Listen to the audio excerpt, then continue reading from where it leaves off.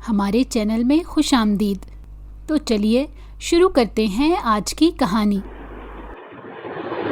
فلزا کی ناراضگی میجر حسان سے بالکل برداشت نہیں ہو رہی تھی۔ حالانکہ وہ اتنے عرصے بعد کورس سے واپس آیا تھا۔ وہ کب سے فلزا سے بات کرنے کی کوشش کر رہا تھا، لیکن وہ اسے مستقل اگنور کر رہی تھی۔ آج دعوت میں دونوں موجود تھے کیونکہ حسان نے واپس ٹریننگ پر جانا تھا اور وہ فلزا سے بات کیے بغیر نہیں جانا چاہتا تھا۔ تبھی وہ کھانے کے بعد بہانے سے فلزا کو باہر لے آیا اور آدھے راستے میں گاڑی روکی۔ وہ گاڑی کا دروازہ کھولنے کی کوشش کرنے لگی۔ تبھی حسان نے روکنے کی کوشش کی۔ فلزا بے یقینی سے سمٹنے لگی کہ آج اسے کیا ہو گیا ہے۔ وہ اسے دیکھتا تک نہیں تھا اور آج حق زوجیت جتا رہا ہے۔ فلزا نے ایک غصے بھری نگاہ میجر حسان پر ڈالی جو اپنے چہرے پر معصومیت سجائے اس کے والدین سے باہر جانے کی اجازت طلب کر رہا تھا۔ اس کے دل میں آیا کہ اب بھی سب لوگوں کے سامنے انکار کر دے۔ اس کی بہن اس کے چہرے کے تاثرات سے اندازہ لگا چکی تھی کہ اس کے دل میں کیا چل رہا ہے۔ اس نے فلزا کا ہاتھ پکڑا اور آنکھوں ہی آنکھوں میں اسے خاموش رہنے کا اشارہ کیا۔ میجر حسان سے بات کرنے کے بعد کومل بیگم اپنی بیٹی کی طرف متوجہ ہوئی اور کہنے لگیں، چلو تم جلدی سے جا کر لباس تبدیل کر لو، میں نے حسان کو بتا دیا ہے، تقریباً 1 گھنٹے کے بعد وہ تمہیں دوبارہ گھر چھوڑ جائے گا۔ وہ بے یقینی سے اپنی ماں کے چہرے کی طرف دیکھنے لگی جو کہ دوسروں کے معاملے میں بہت نیک بنتی تھی اور ہمیشہ سے ہی درس دیتی رہتی تھی، لیکن اب جب اپنی بیٹی کا سوال آیا تھا تو انہوں نے فوراً سے ہی اجازت دے دی تھی۔ نہ چاہتے ہوئے بھی وہ تیار ہونے کے لیے چلی گئی۔ ایک نظر اس نے خود کو شیشے میں دیکھا تو دیکھتی ہی رہ گئی۔ بلا شبہ وہ حسن کا مجسمہ تھی۔ اس پر یہ کالے رنگ کا سوٹ بہت اٹھ رہا تھا۔ جب وہ باہر نکلی، حسان نے اسے دیکھا تو وہ پلک جھپکنا ہی بھول گیا۔ یہ لڑکی بہت پہلے ہی اس کے دل میں گھر کر چکی تھی اور ابھی اپنے نئے روپ لے کر اسے بے چین کرنے کے لیے آ جاتی تھی۔ اس نے مسکراتے ہوئے اپنا ہاتھ فلزا کی طرف بڑھایا۔ چونکہ دونوں کا نکاح ہو چکا تھا، اسی وجہ سے اس نے اطمینان سے حسان کا ہاتھ پکڑ لیا اور گھر سے باہر نکل گئی۔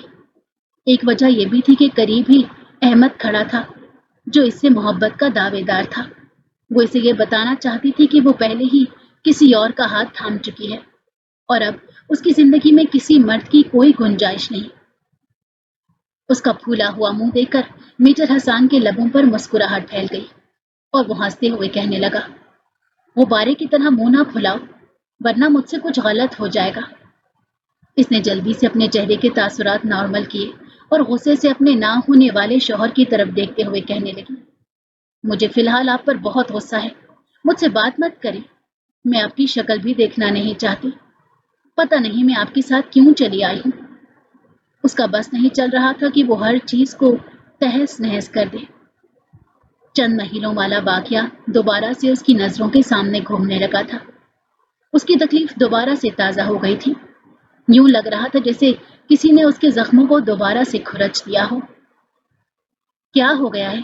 میں نے ایسا کیا کر دیا جو تم میری شکل بھی دیکھنا پسند نہیں کرتی؟ وہ بھی سنجیدہ ہو گیا اور اپنی محبوبہ کے چہرے کی طرف دیکھ کر 2 ٹوک انداز میں پوچھنے لگا۔ ان کے نکاح کو 3 مہینے ہی گزرے تھے۔ جس دن ان دونوں کا نکاح ہوا تھا اس دن سے اس نے کبھی بھی حسان سے سیدھے منہ بات نہیں کی تھی۔ وہ اسے دیکھ کر ہی اپنا چہرہ پھیر لیتی تھی۔ پہلے تو وہ اس چیز کو مکمل طور پر نظر انداز کرتا رہا، لیکن جب معاملات کو زیادہ ہی خراب ہو گئے تو اسے بھی بے چینی ہونے لگی۔ وہ بھی جاننا چاہتا تھا کہ آخر اس سے ایسا کون سا گناہ سرزد ہو گیا جو اس کی زوجہ محترمہ اس کے ساتھ اس طرح کا رویہ برت رہی ہے۔ تم نے مجھے سب لوگوں کی نظروں کے سامنے ذلیل و رسوا کر دیا تھا۔ تم نے مجھے میری ماں باپ کے سامنے نظر اٹھانے کے قابل نہیں چھوڑا تھا۔ کیا بکواس کر رہی ہو تم؟ ہوش میں تو ہو؟ میں جھوٹ نہیں بول رہی بلکہ سچ بول رہی ہوں۔ مجھے پتا چل گیا ہے کہ اس رات مجھے کڈنیپ کرنے والے تم ہی تھے۔ اگر تم اس رات مجھے کڈنیپ نہ کرتے تو میرے ماں باپ کی عزت بچ جاتی۔ اس نے گاڑی ایک جھٹکے سے روکی اور مسکراتے ہوئے اپنی بیوی کے چہرے کی طرف دیکھنے لگا۔ وہ سوچ بھی نہیں سکتا تھا کہ اس کی بیوی اس قدر چالاک ہو سکتی ہے۔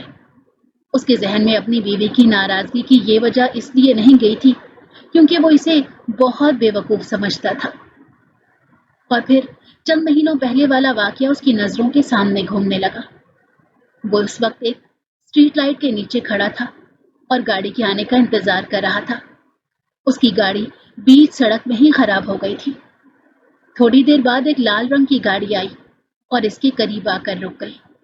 اس گاڑی میں فلزہ اپنے کزن احمد کے ساتھ بیٹھی ہوئی تھی۔ جب اس نے اس لڑکی کو دیکھا تو پہلی ہی نظر میں اس کا دیوانہ ہو گیا۔ اس نے احمد سے لفٹ کی پیشکش کی جسے اس نے رد کر دیا، لیکن جانے سے پہلے وہ اپنے ڈرائیور کو کال کر کے گیا تھا۔ تھوڑی ہی دیر بعد احمد کا ڈرائیور حسان کو اس کے بنگلے پر چھوڑ کر چلا گیا، مگر اس کے چہرے میں اس وقت صرف اور صرف ایک ہی لڑکی کا عکس گھوم رہا تھا۔ احمد فلزہ کا کزن تھا۔ بچپن سے ہی اس کے ساتھ دونوں میں اچھی خاصی دوستی تھی، مگر اس نے کبھی بھی اپنے اس کزن کے لیے دل میں محبت محسوس نہیں کی۔ وہ اس کی بہت عزت کرتی تھی اور اس کو بہت خیال بھی رکھتی تھی، لیکن وہ اس سے شادی کرنے کے بارے میں سوچ بھی نہیں سکتی تھی۔ جب اس نے فلزہ سے شادی کی بات کی تو اس نے واویلا مچا دیا اور فوراً ہی انکار کر دیا۔ دوسری طرف میجر حسان ایک ہی ہفتے کے بعد اس کے گھر اپنے والدین کو لے کر چلا گیا تھا۔ فلزہ کو آرمی والے شروع سے ہی پسند نہیں تھے۔ وہ انہیں پاگل سمجھتی تھی اور سوچتی تھی کہ وہ اپنی بیویوں کی زندگیاں جہنم بنا دیتے ہیں۔ جب وہ حسان سے ملی تھی اور اسے تھوڑی سی باتیں کی تھی تو اسے اندازہ ہو گیا تھا کہ یہ انسان بھی سر پھیرا ہے جو ہمیشہ اپنی ہی منمانی کرتا ہے۔ اس طرح کے انسان کے ساتھ اس کا گزارا ناممکن تھا۔ جب اس نے اس رشتے سے انکار کیا تو حسان کی عزت نفس کو ٹھیس پہنچی۔ اس نے فیصلہ کر لیا تھا کہ اب وہ اس لڑکی کو سبق سکھا کر ہی رہے گا۔ اس نے اپنے والدین کو دوبارہ سے نہیں بھیجا بلکہ خود ہی منصوبہ بنانے لگا، اور پھر اس نے ہمیشہ کی طرح وہی کام کیا جس کے لیے اس کے دل نے اسے مجبور کیا تھا۔ ایک دن جب وہ کالج سے لوٹ رہی تھی تب اپنے کچھ لوگوں کی مدد سے اس نے اس لڑکی کو کڈنیپ کر لیا اور ایک جھوٹی کال اس کے گھر میں ملائی اور پیسوں کا مطالبہ کیا۔ یہ سب کچھ ایک ڈرامہ تھا تاکہ ساری دنیا کو بتا سکے کہ وہ لڑکی کڈنیپ ہو گئی ہے، اور وہ اس معاشرے کی حقیقت کو بہت اچھے طریقے سے جانتا تھا۔ اسے پتا تھا کہ کوئی بھی شخص ایک ایسی لڑکی سے نکاح کرنے کے لیے راضی نہیں ہوگا جس لڑکی نے 2 راتیں گھر سے باہر گزاری ہوں۔ اگر وہ چاہتا تو دوبارہ سے سیدھے انداز میں اس کے گھر رشتہ بھیج سکتا تھا اور اس کے والدین سے دوبارہ سے بات کر سکتا تھا، لیکن اب اس نے اپنی عزت کا بدلہ بھی لینا تھا۔ نہیں، یہاں سے غلط ہو گیا، لیکن اب اس نے اپنی بے عزتی کا بدلہ بھی لینا تھا، اس لیے اس نے یہ سب کچھ کرنا ضروری سمجھا۔ دوسری طرف وہ بیچاری 2 دن تک اس کی قید میں تھی۔ وہ بہت زیادہ خوفزدہ تھی۔ ہر وقت ہی اسے خوف لگا رہتا تھا کہ کہیں کوئی اس کی عزت پر ہاتھ نہ ڈال دے۔ وہ 2 دن تک اپنے رب کے حضور گڑ گڑاتی رہی، روتی رہی اور اپنی عزت کے لیے محفوظ ہو جانے کی دعائیں کرتی رہی۔ اور پھر ایک دن اسے اس قید سے نکال کر ان لوگوں نے اسے گھر کے دروازے کے سامنے پھینک دیا۔ سارے محلے میں یہ خبر جنگل کی آگ کی طرح پھیل چکی تھی کہ وہ لڑکی کڈنیپ ہو گئی ہے۔ سب لوگ ہی اس پر تھو تھو کر رہے تھے اور کچھ لوگ اس کے ساتھ ہمدردی کر رہے تھے۔ اس کے اپنے گھر والے بہت زیادہ پریشان تھے۔ اس کی ماں کو سمجھ نہیں آ رہی تھی کہ اب وہ کیا کرے گی۔ ایک پہاڑ جیسی زندگی اس کے سامنے موجود تھی۔ آخر وہ یہ زندگی کے لیے کیسے اکیلے گزارے گی؟ اس کی ماں جانتی تھی کہ ایسی لڑکیوں کے لیے اچھے رشتوں کا آنا ناممکن ہے۔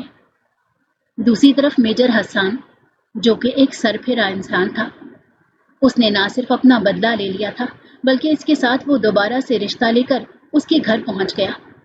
جب اس کے گھر والوں نے دوبارہ سے اسی انسان کو اپنے گھر کی دہلیز پر دیکھا تو اس بار خوشی خوشی اس کا رشتہ طے کر دیا۔ وہ خود بھی کچھ نہیں بولی تھی، مگر اسے ڈر تھا کہ کہیں ایسا نہ ہو کہ اس کا شوہر مستقبل میں کبھی اسے طعنہ دے۔ اور پھر ایک دن اس نے حسان کو کسی سے کال پر بات کرتے ہوئے سن لیا۔ جس کے بعد اس پر یہ حقیقت بھی آشکار ہو گئی کہ اس کو گھر سے اٹھانے والا انسان کوئی اور نہیں بلکہ یہی تھا۔ اس نے جب اپنی بہن کو اس بارے میں بتایا تو اس کی بہن نے اسے خاموش رہنے کا کہا اور اس کے ساتھ ساتھ اسے یہ بھی بتایا کہ تمہارے اس احتجاج کا کوئی فائدہ نہیں ہوگا۔ واقعی کوئی فائدہ نہیں ہوا۔ اس نے اپنی ماں سے بات کرنے کی کوشش کی تو اس کی ماں نے اس کے سامنے ہاتھ جوڑے اور اپنی عزت رکھنے کے لیے منت کی۔ چند ہی دنوں کے بعد اس کا نکاح حسان سے ہو گیا۔ وہ اپنے ایک مشن پر جا رہا تھا۔ جانے سے پہلے وہ اس کے ساتھ ایک مضبوط رشتہ قائم کرنا چاہتا تھا۔ وہ کبھی بھی اس سے محبت نہیں کر پائی تھی، نہ ہی اس نے کبھی اس سے پیار سے بات کی تھی۔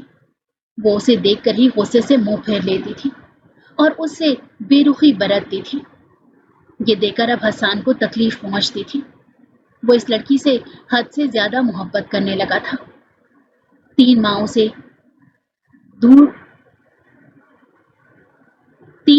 اس سے دور گزارنے کے بعد تو اس کے دل میں اب محبت کی آگ بھڑک اٹھی تھی۔